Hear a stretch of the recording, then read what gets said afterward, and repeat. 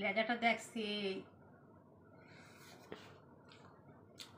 আজকে দুপুরে আমাদের কি রান্না হয়েছে? সোনার কাছে বাজে খাবার, আবার যেই দেখবে যে একটা ভালো জিনিস রান্না হয়েছে তখন বলবে, হি হি করে হাসবে, মানে দেখতে কি সুন্দর। তার আগে সব থেকে আগে দেখাই, এই যে সকালবেলায় খেয়েছিল এই যে আলু মাখা পেঁয়াজ দিয়ে, আর এই যে তো সোনার অবস্থা কি বলতো বন্ধুরা, লঙ্কা ভাজা দিয়ে আলু মাখা খাবে, কিন্তু এত বড় মোটা লঙ্কাটা খাবে না। এই যে হচ্ছে পাট শাক, আর এই পাট শাক রাখাও যাবে না, কালকে হচ্ছে শুক্রবার, তো মাছের মাথা দিয়ে করেছে এটা।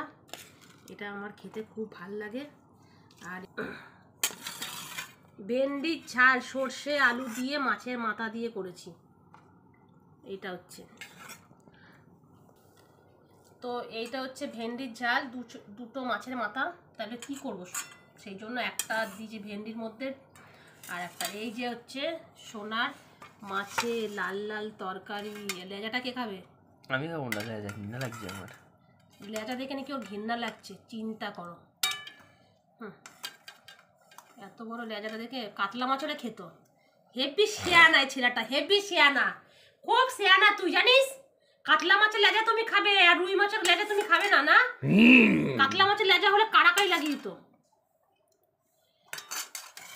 এই কথা তোমাদের সামনে বলছি, যেদিনকে আমি কাতলা মাছ কিনে নিয়ে আসবো না, সেদিনকে ওকে কিন্তু আমি দেবো না।